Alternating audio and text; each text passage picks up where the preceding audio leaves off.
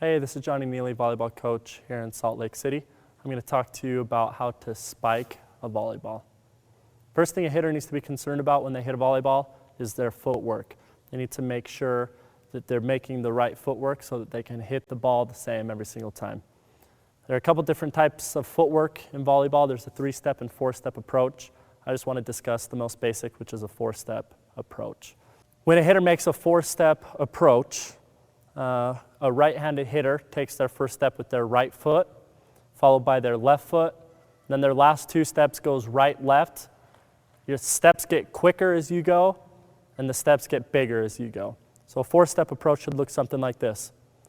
Right, left, right, left.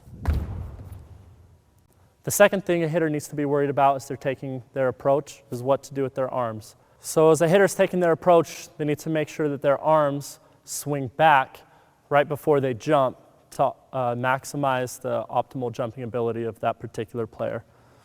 When the players take their steps of their approach, the first 2 steps, they don't need to be doing anything with their arms. They can have their arms straight down by their side. As they're taking their 3rd and 4th step, the arms need to be coming back. And on the 4th, the arms explode through as the player jumps. The arms should look something like this.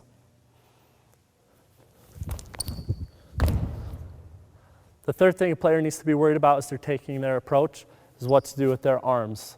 A lot of times we like to tell players to make their arms look like a bow and arrow. When a player makes a bow and arrow, we like to make sure that they have their offhand or their left hand for a right-handed hitter reach as high as they can, which again optimizes the amount of torque that the body can get. It's a good guide hand for your right hand as you're swinging through. So the bow and arrow, as you get up to take your approach, should look a little bit like this.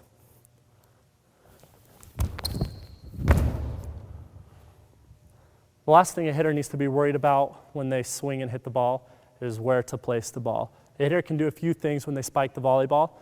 A lot of times a player will hit line, which is where they make their bow and arrow. You swing and you hit straight in front of your body or right down the line.